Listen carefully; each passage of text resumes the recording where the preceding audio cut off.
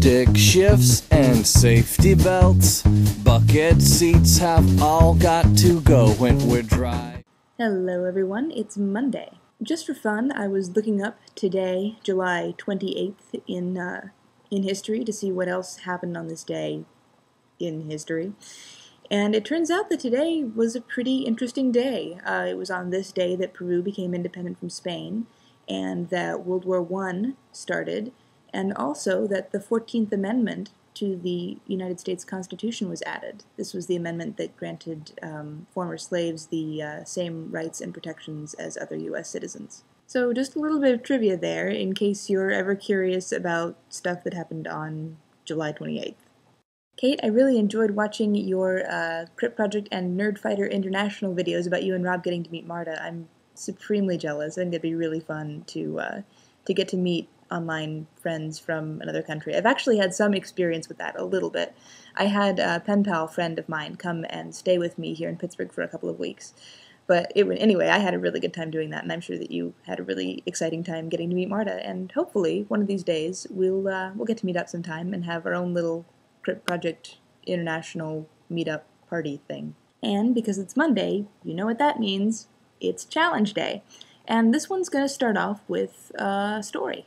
This afternoon, I learned how to drive a standard transmission in a car. I'm used to just working with automatic, and standard obviously takes a lot more work to learn, so I took this afternoon to learn how to drive that with my mom. It was kind of an interesting experience, lots of yelling and grabbing onto the side of the car, and at one point I burned rubber in the driveway. It smelled horrible and made a really loud noise. But I think I came out of the experience pretty well, and as a result, I'm semi-confident in my abilities of driving a standard transmission, and I think I'm probably going to be able to drive the car around, which is good. My experience learning how to drive the car this afternoon got me thinking about the challenge that I wanted to set for this week. And so, my idea is that you guys should learn a new skill. It could be learning a sentence in another language, it could be learning a new recipe, it could be anything, really, just as long as it's new and causes you to kind of stretch your abilities and makes you think a little bit harder about the things that you do and don't know how to do. So that's why she has a picture of that beat-up old red car in her title slide. I get it. And of course, there are all kinds of ways that you can show off your new skill that you've learned. You can do a cooking video and show us how you make a dish, how you've made the recipe you've learned how to cook.